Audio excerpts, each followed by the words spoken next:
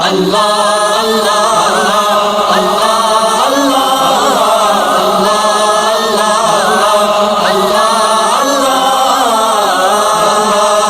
اللہ الرحمن الرحیم۔ شروع ہو اللہ پاک کے نام سے جو اپنے بندے سے 70 ماؤں سے بھی زیادہ پیار کرتا ہے۔ ناظرین، 5000 سال پرانی حضرت نوح علیہ السلام کی کشتی ترکی سے مل گئی۔ اندر سے ایسا کیا نکلا کہ جسے دیکھ کر ہر کوئی حیران رہ گیا۔ سوال یہ بھی ہے کہ ترکی کے صدر طیب اردگان نے اس کشتی کو دنیا سے چھپا کر کیوں رکھا ہے؟ آج کی اس قیمتی ویڈیو میں ہم آپ کو کشتی نوح سے متعلق حیران کن حقائق بتلائیں گے۔ لہٰذا ہم ویڈیو کو شروع کرنے سے پہلے آپ سے گزارش ہے کہ آپ ہمارے چینل کو سبسکرائب کر لیجئے۔ پیارے دوستو، قرآن کریم میں اللہ تعالیٰ نے جن قوموں کا تذکرہ کیا ہے، ان کے آثار آج بھی دنیا میں موجود ہیں۔ ان قوموں کو اللہ تعالیٰ نے ان کی نافرمانیوں اور اللہ تعالیٰ کی ذات سے انکار، رسولوں، نبیوں اور ان کے ماننے والوں پر ظلم و ستم کی انتہا کر دینے پر سخت سزائیں یعنی عذاب دیا۔ اور قرآن کریم میں ہم مسلمانوں کی عبرت اور رہنمائی کے لیے ان کا تذکرہ کیا۔ حضرت نوح علیہ السلام کو ثانی آدم بھی کہا جاتا ہے، کیونکہ آپ کے خاندان کے افراد اللہ تعالیٰ کے حکم سے تیار کی گئی کشتی میں سوار جانوروں کے علاوہ ہر شے پانی میں غرق کر دی گئی تھی۔ حضرت نوح علیہ السلام کی کشتی پر 8 افراد سوار تھے۔ حضرت نوح علیہ السلام، آپ کی اہلیہ، 3 بیٹے اور بہویں، باقی مختلف اقسام کے جانوروں کی جوڑیاں تھیں۔ حضرت نوح علیہ السلام کا واقعہ سابقہ آسمانی کتابوں یعنی توراۃ، زبور اور انجیل میں بھی ملتا ہے۔ ایک عرصے سے سائنسدان حضرت نوح علیہ السلام کی کشتی کی تلاش میں تھے۔ غیر مسلم سائنسدان یہ سوال کرتے کہ اگر طوفان میں نوح آیا اور حضرت نوح علیہ السلام چند انسانوں اور دنیا کے تمام تر جانوروں کے جوڑے لے کر دیو ہیکل کشتی میں سوار ہوئے اور پانی کی بدترین عذاب سے بچ گئے، تو آخر وہ کشتی کہاں گئی جن میں ان سب مخلوقات نے سفر کیا؟